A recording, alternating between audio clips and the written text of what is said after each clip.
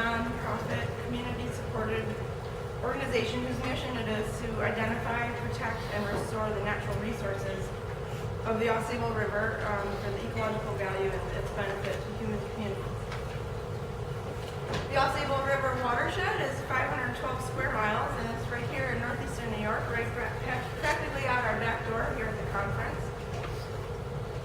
And it connects the northern Adirondacks to Lake Champlain and the rest of the northern forest.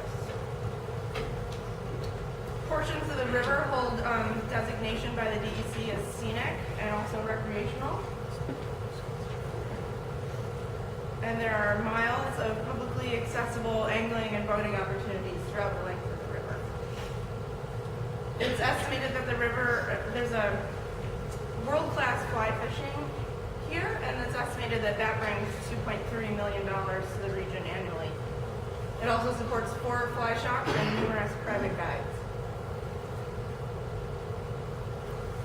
With the national and international tourism, anglers bring lots of help to the local economy, but they also have the potential to bring invasive species to the region, which, as we know, are severely detrimental to the river's abundant resources, as well as the fishing economy that's been built up around it.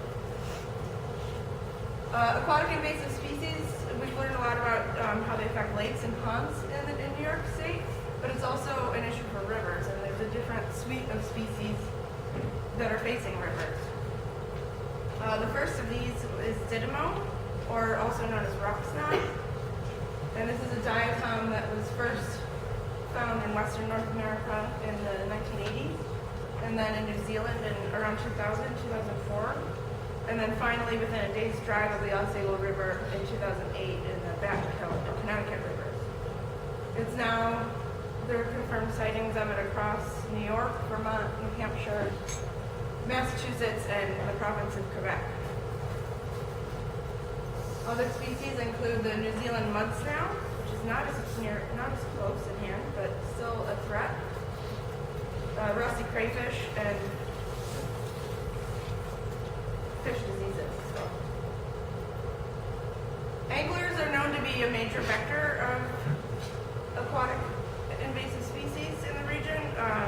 This is due to most of them being very tiny and invisible to the naked eye and being able to attach themselves to equipment very easily, especially onto felt-soled wading boots.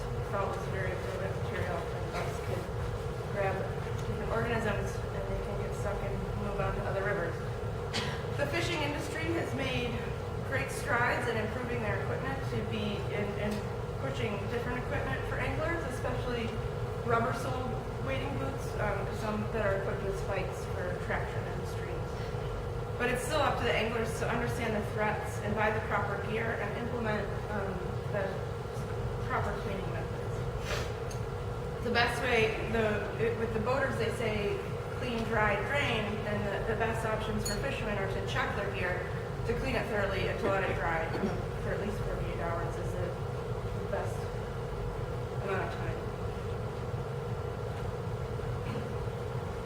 Education is a major part of spread prevention in the region, and the Ausable River Association was concerned with these species reaching the Ausable River, and so they looked towards other groups that might be doing projects to help prevent the spread.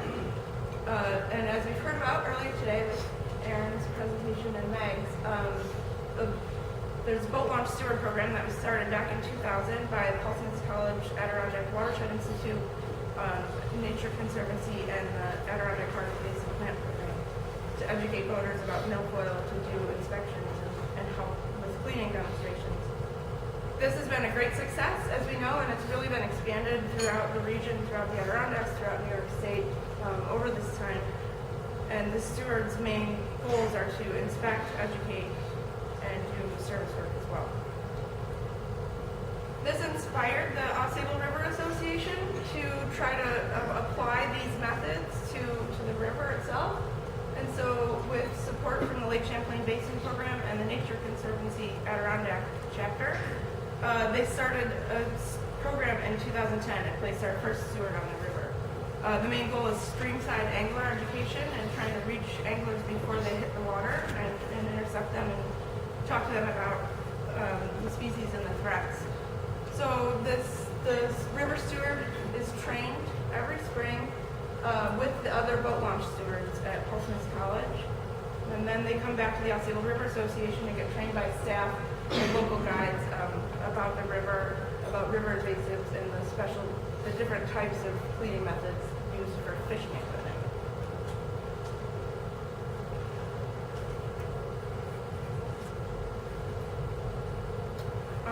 They focus, as I said, they focus on streamside angling, and instead of being stationed at one spot on the river, the steward travels across the watershed during high use times of day and throughout the season, so especially on weekends and in the evenings and early mornings from May till October to try to reach as many anglers as possible. In the past, stewards have also tried to reach the nearby watersheds of the Boquete and Saranac River as well. And they, we're not enforcing anything, but we're trying to just be a good presence on the river to also know about fishing opportunities and fishing tips and other local knowledge in the region.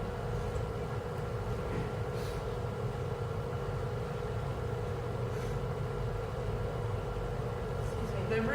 The river stewards use a variety of tools in their toolkit, and one of them is an adaptation of the invasive species for the boats.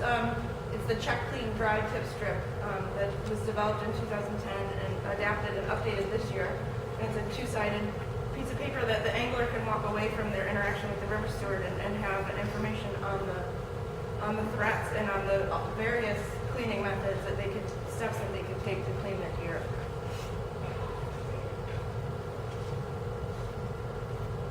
When possible and with permission from the anglers, the steward also does an orally administered survey of the anglers to try to find out about their cleaning habits, the last locations visited, and awareness of various species of invasive species. And we've also employed waiter wash stations throughout the watershed. These are, you can sort of see it in the bottom picture, they're a wooden station with a 5-gallon tub of saltwater solution and a brush and instructions like this sign to help anglers clean their gear right on the river, whether it's when they're leaving or ideally before they enter the river. They're supposed to wash their waders for at least 60 seconds and longer if they're wearing felt, and just get really thoroughly cleaned up before they enter the river.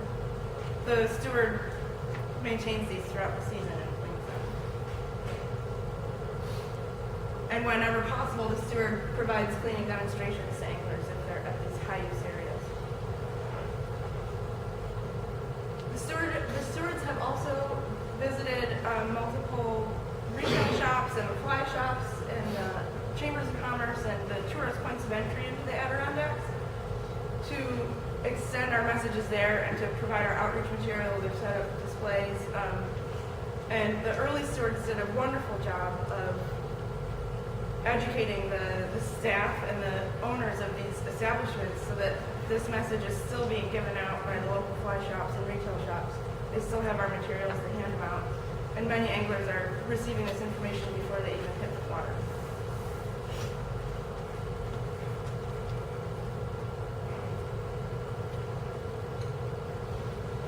So we've been able to place river stewards out on the Ausable River in 2010, 11, 2012, and 2014. There was no river steward in 2013, unfortunately, due to lack of funding resources. But in those 4 years, we've reached thousands of users, anglers, boaters, and general public that stop and visit the river. And we've seen the waiter wash stations are really well used, and we've seen some great trends of decreasing use of felt sole waders, for example. We've seen a decrease in 30% since 2010. This could be due in part from our efforts, and also there's regional state, Vermont has enacted a felt sole, the ban on felt soles being sold. And so with the other steps the gear companies are making as well. We've also seen increases in, our data show that there's been increases in the awareness of invasive species. So this somewhat varies by user group.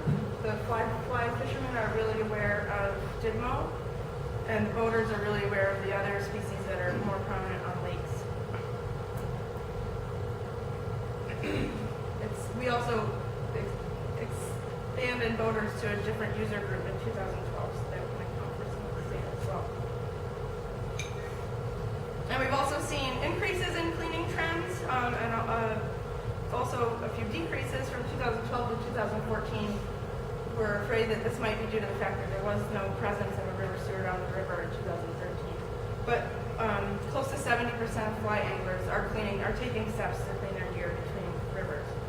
So that's good news.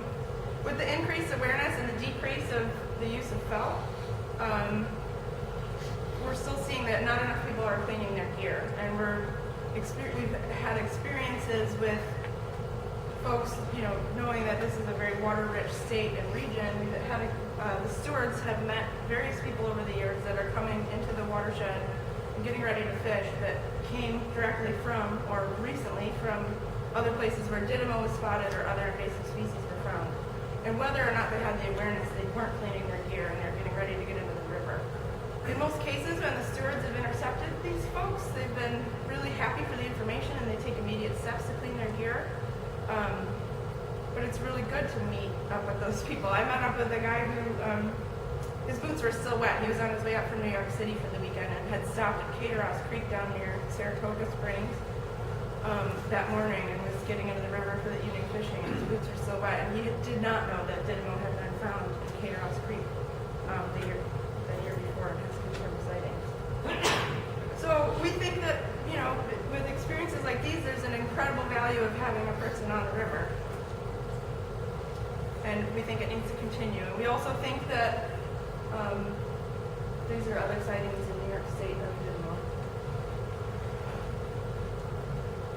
We think it's important to have somebody on the river every year and throughout the season during the highest use times to reach these folks and to be just that continual presence.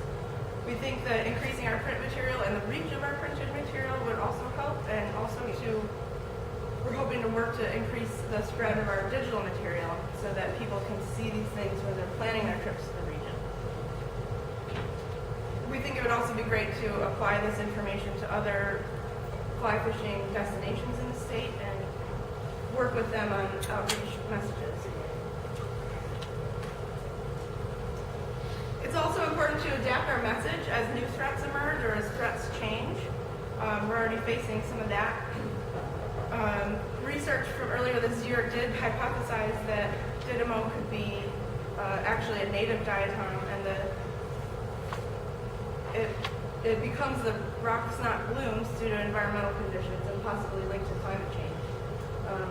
That's come out from a couple of people, and the AsRA staff and local partners are looking into this further, and we will plan to adapt our messages accordingly. We've also been expanding some of our use out to Lake Champlain, where the river meets the lake, and we've got a lot of people that are aware of the invasive species and a lot of people that aren't. So we think that's another route we could take to increase our messages more, to focus on folks out by the lake. But we think regardless of how the threats change, we want to just keep this message of check, clean, dry among fishermen and spread this ethic of change and try to get people to think of it as second nature, which is I think what the boat launch stewards have been attempting, and some of the laws that New York State's, the regulations that the DEC have been putting in place, whether there's invasives present or not. There's none in the Ausable River, but you should still clean your gear when you leave.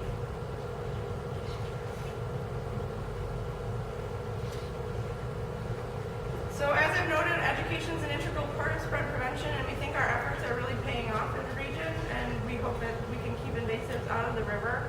And we also hope that that the Ausable River Association can become a resource for other groups in the state, and we can collaborate more on these messages and talk to the anglers that are moving between our watersheds. We'd be happy to take any feedback from on our program, or if anybody's interested in adapting some of these messages elsewhere. One last thank you to our funding sources, Lake Champlain Basin Program and the Nature Conservancy Adirondack chapter. Without this work wouldn't be possible without their help. And these to our other partners in the region.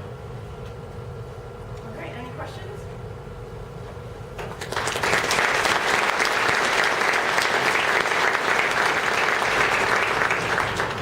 We have time for a question or two in the back there. Do you run into very many francophone anglers on the river, and do you have French language materials to educate them? We do. We definitely do. There's a lot of folks coming down from Quebec, and they're more aware than most of the other folks we encounter. They're very aware, and I spent an hour talking to a gentleman that gave me all sorts of tips on how we should get more rangers on the Saranac River and these other places, tips on things that anglers were doing wrong and the state might be doing wrong. And he had all sorts of good ideas. We don't have any materials that are in French, but it'd be a great way to move forward and to spread this message further. We have done displays at like the Interstate 87 welcome area when they're coming down southbound towards the park. But it'd be a great thing to expand to.